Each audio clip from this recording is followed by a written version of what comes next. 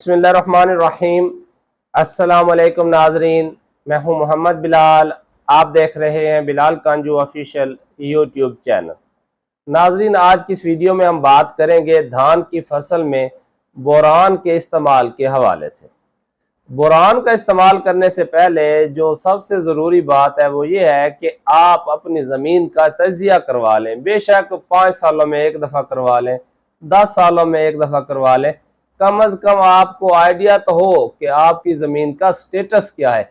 वैसे तो रिकमेंड किया जाता है कि हर तीसरे साल आपको अपनी ज़मीन का तजिया करवाना चाहिए। तो मिसाल के तौर पर अगर आपकी ज़मीन के अंदर बोरान का लेवल आता है 0.2 ppm, 0.2 ppm से मुराद है 1 किलो मट्टी में 0.2 मिलीग्राम बोरान। तो इसका मतलब है आपकी ज़मीन में बोरान की कमी है। वैसे ओवरऑल हमारी 50% ज़मीनों में बोरान की कमी है। और अगर ज़मीन का तजिया करवाने पर रिजल्ट आता है 0.2 से 0.5 ppm, तो इसका मतलब है आपकी ज़मीन में ना बोरान की बहुत ज़्यादा कमी है और ना ही बोरान सफिशेंट है, बल्कि दरमियाने दर्जे की कमी मौजूद है। और अगर आपकी ज़मीन में 0.5 से लेकर 1 ppm तक बोरान रिकॉर्ड होता है तो फिर आपकी ज़मीन सेहतमंद है। बेशक आप बोरान इस्तेमाल ना भी करें तो अच्छी पैदावार ले सकते हैं। अब रही बात कि हमारे पास जो अमूमन बोरान होता है, एक होता है बोरेक्स की सूरत में, जैसे ये सोना बोरान है। दूसरा होता है बोरिक एसिड की सूरत में, जैसे एंग्रो का जोरान है, सिंजेंटा का सोलियो बोर है, एफएमसी का बोरोस्टार है। और इसके अलावा कुछ लिक्विड बोरान भी आते हैं, जैसे कि टार्जन का शुगर मूवर के नाम से है। इसी तरह सवात एग्रो का बोरडॉक सुपर है। तो ये लिक्विड बोरान है। ये 3 कैटेगरीज हो गई बोरान की।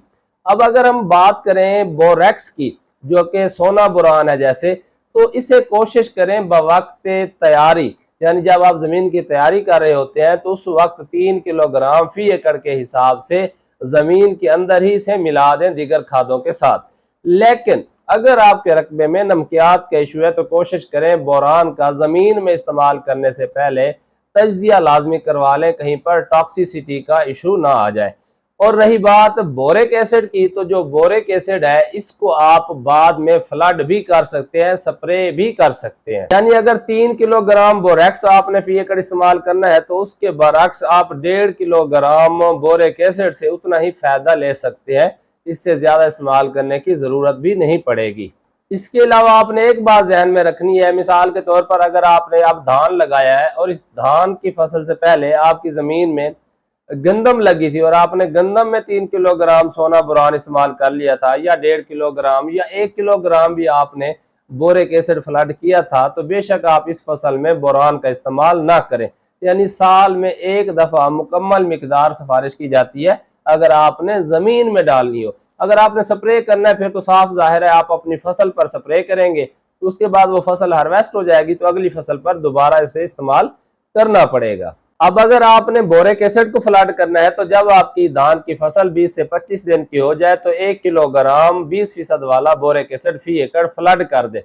जैसे कि ये जोरान है, सोलियो बोर है, बोरोस्टार है, काफी सारी प्रोडक्ट्स हैं जिनका मैं पहले भी तज़किरा कर चुका हूं। और इसके अलावा 500 ग्राम फी एकड़ के हिसाब से जब आपकी धान की फसल मूंजर निकालने पर आती है, जब गोब पर आती है, तो साथ में 1 किलोग्राम के leaf soluble potash, refined potash, ये एक अच्छी पोटाश में शुमार होती है, ये और 500 ग्राम जो बोरिक एसिड है, यानी कि जैसे जोरान है या सोलियो बोर है, तो ये मिला के आप स्प्रे कर देंगे तो बोरान की डेफिशिएंसी भी पूरी हो जाएगी और दानों की भराई आपको बड़ी शानदार मिलेगी।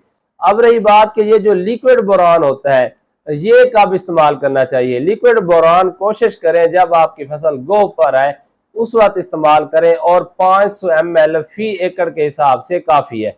ये अमूमन आपको 5% वाला मिलता है और इसकी फार्मूलेशन थोड़ा सा डिफरेंट होती है। इसका सोर्स तो बोरिक एसिड ही होता है, मगर ये एथेनॉल अमाइन नामी केमिकल के अंदर हल किया जाता है, इससे इसकी अफादियत बढ़ जाती है।